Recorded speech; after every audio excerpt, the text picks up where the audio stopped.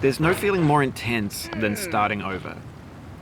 If you deleted your homework the day before it was due, as I have, or if you left your wallet at home and you have to go back after spending an hour in the commute. If you won some money at the casino and then put all your winnings on red but it came up black. If you got your best shirt dry cleaned before a wedding and then immediately dropped food on it. If you won an argument with a friend and then later discovered that they just returned to their original view. Starting over is harder than starting up. If you're not ready for that, like if you've already had a bad day, then what you're about to go through might be too much. Feel free to go away and come back. I'll be here. Alright, thanks for coming with me on this trip. I'll understand if you have to take a break at any point. Just find a safe place to stop and quit the game. And don't worry, I'll save your progress, always. Even your mistakes. This game is a homage to a free game that came out in 2002, titled Sexy Hiking. The author of that game was Jazzuo, a mysterious Czech designer who was known at the time as the father of B games. And B games are rough assemblages of found objects. Designers slap them together very quickly and freely, and they're often too rough and unfriendly to gain much of a following. They're built more for the joy of building them than as polished products. In a certain way, Sexy Hiking is the perfect embodiment of a B game. It's built almost entirely out of found and recycled parts, and it's one of the most unusual and unfriendly games of its time. In it, your task is simply to drag yourself up a mountain with a hammer. And that act of climbing, in the digital world or in real life, has certain essential properties that give the game its flavor. No amount of forward progress is guaranteed. Some cliffs are too sheer or too slippery. And the player is constantly, unremittingly in danger of falling and losing everything. Anyway, when you start Sexy Hiking, you're standing next to this dead tree that blocks the way to the entire rest of the game. It might take you an hour to get over that tree, and a lot of people never got past it. You prod and you poke at it, exploring the limits of your reach and your strength, trying to find a way up and over.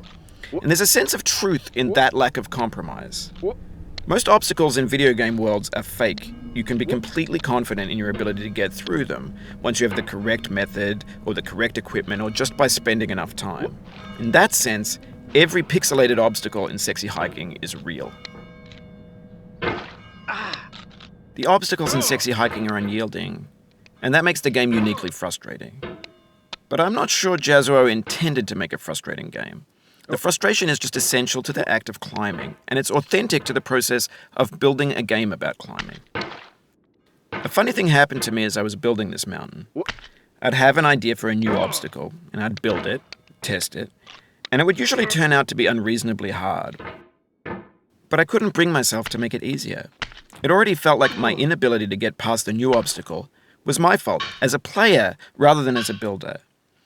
Imaginary mountains build themselves from our efforts to climb them, and it's our repeated attempts to reach the summit that turns those mountains into something real. When you're building a video game world, you're building with ideas, and that can be like working with quickset cement. You mold your ideas into a certain shape that can be played with, and in the process of playing with them, they begin to harden and set until they're immutable, like rock. And at that point, you can't change the world. Not without breaking it into pieces and starting fresh with new ideas. For years now, people have been predicting that games would soon be made out of prefabricated objects, bought in a store and assembled into a world.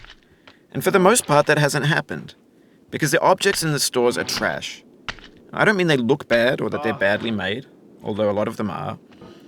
I mean they're trash in the way that food becomes trash as soon as you put it in the sink. Things are made to be consumed and used in a certain context, and once the moment is gone, they transform into garbage. In the context of technology, those moments pass by in seconds. Over time, we've poured more and more refuse into this vast digital landfill that we call the internet. It now vastly outnumbers and outweighs the things that are fresh and untainted and unused.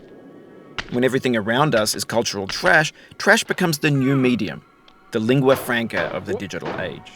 And you can build culture out of trash, but only trash culture, B games, B movies, B music, B philosophy.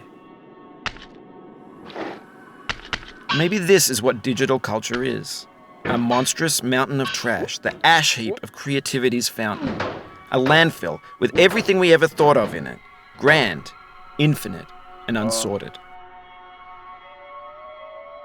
There's 3D models of breakfast, Gen X's fanfic novels, Scan magazines, green screen Shia LaBeouf, banned snuff scenes on LiveLeak. Facebook's got lifelike bots with unbranded adverts and candid shots of Kanye and Taylor Swift mashups.